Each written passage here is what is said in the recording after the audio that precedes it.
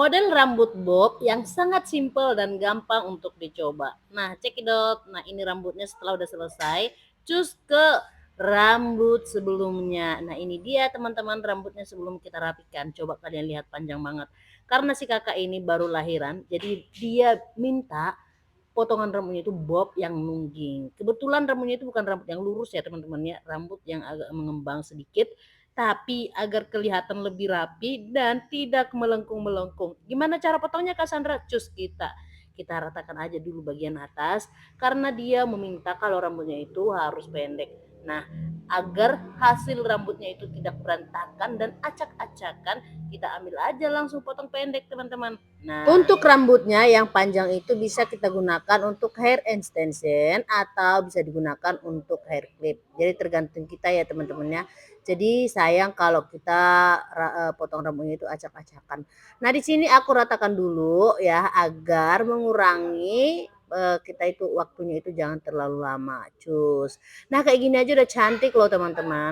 Kayak gini aja udah cakep. Gimana menurut kalian? Berani nggak kalian potong rambut langsung seperti ini? Nah, ini dia hasil rambutnya. Cus. Kita ke langsung tutorialnya. Ini dia rambutnya. Setelah udah ku potong rata, ambil bagian belakang, kita parting ya teman-teman ya. Karena dia meminta potongnya itu agak nungging, jadi kita partingnya bagian belakang. Biar kita potong yang paling bawahnya itu adalah terlalu pendek. Nah, harus pendek ya teman-teman. Kalau nggak pendek bagian belakangnya hasilnya nggak bagus. Nanti bisa hasilnya itu kayak ngembang-ngembang atau melengkung-melengkung. Nah, ini aku ambil sampai benar-benar ke akar. Itu bagian belakang. Tapi ini hanya bagian belakang ya teman-teman. Untuk bagian yang atasnya enggak ya karena dia hanya patokan atau dasarnya. Ini benar-benar dasar untuk pengambilan potong bob. Seperti itu kira-kira teman-teman. Lalu bagian atasnya itu kita ambil lagi, tapi jangan terlalu pendek lagi gitu. Ada trik-triknya supaya hasil rambut itu ketika dipotong dia tidak berantakan gitu ya. Nah, intinya harus rapi dan harus kelihatan lebih bagus seperti itu. Jangan sampai ketika kita potong rambut hasilnya itu enggak sesuai yang diinginkan. Nah, ada triknya dan ada tekniknya. Cus kalau kalian mau belajar online bisa juga belajar di Sandra Salon. Nah, seperti ini cara aku potong rambut ya teman-temannya. Jangan kalian panik atau gimana sih Kak Sandra? Sebenarnya gampang aja asal kita punya dasarnya. Intinya dasarnya aja. Nah, kalau kalian mau potong bob, pastikan bagian belakangnya itu harus benar-benar pendek. Nah, seperti ini kan, supaya hasilnya lebih kayak gimana gitu ya, bervolume lah seperti itu.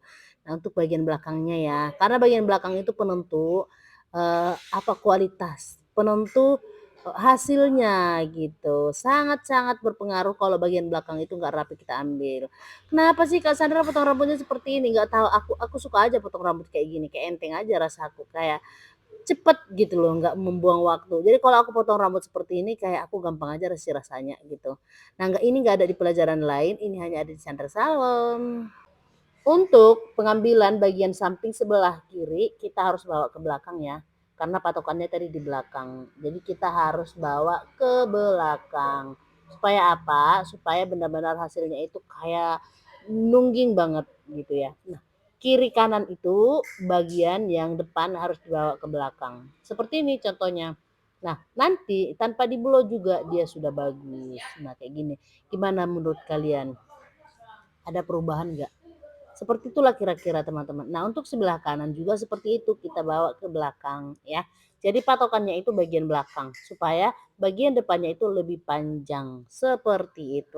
Nah, ini dia untuk sebelah kanannya. Ingat bawa ke belakang. Jadi patokannya bagian rambut yang di belakang supaya depannya lebih panjang. Kayak gini aja loh, simple, serius nggak bohong. Ya, jadi aku nggak ada trik yang lain, hanya begitu. Bagian depan harus dibawa ke belakang, bagian belakang tetap di belakang. Seperti itu. Kalau untuk merapikan potongan rambut bob. Nah, gimana menurut kalian teman-teman? Bagus nggak kira-kira? Atau sesimpel ini tapi cantiknya? Itulah rahasia Sandra Salon. Simple, caranya gampang, caranya nggak ribet, tapi hasilnya bagus. Nah, kita harus menguasai teknik ini teman-teman. Supaya apa? Supaya ketika kita rame, kita tetap bisa mengambil hasil ya walau kecil, walau besar tetap kita bisa dapat. Seperti itu, jadi kita harus pintar-pintar. Jadi aku kalau potong rambut itu nggak sampai 10 menit teman-teman. Sekitar 5 sampai 10 menit itu udah selesai. Seperti itu. Oke teman-teman.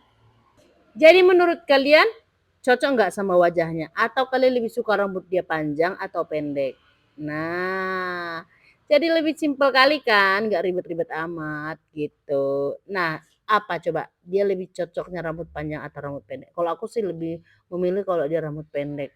Satu lebih rapi dan gampang diatur. Kalau panjang kan, apalagi kalau kita baru lahiran rambut panjang, keringatnya itulah. Pastikan ketika kita pangkas rambut harus cocok dengan wajahnya. Itu sangat berpengaruh ke hasil pangkas rambut kita selanjutnya, teman-teman ya. Ini dia hasilnya setelah udah selesai. Keren kan, keren kan? Dan ini di sini aku tidak menggunakan gunting sasa, hanya gunting biasa. Nah, jangan lupa di-subscribe.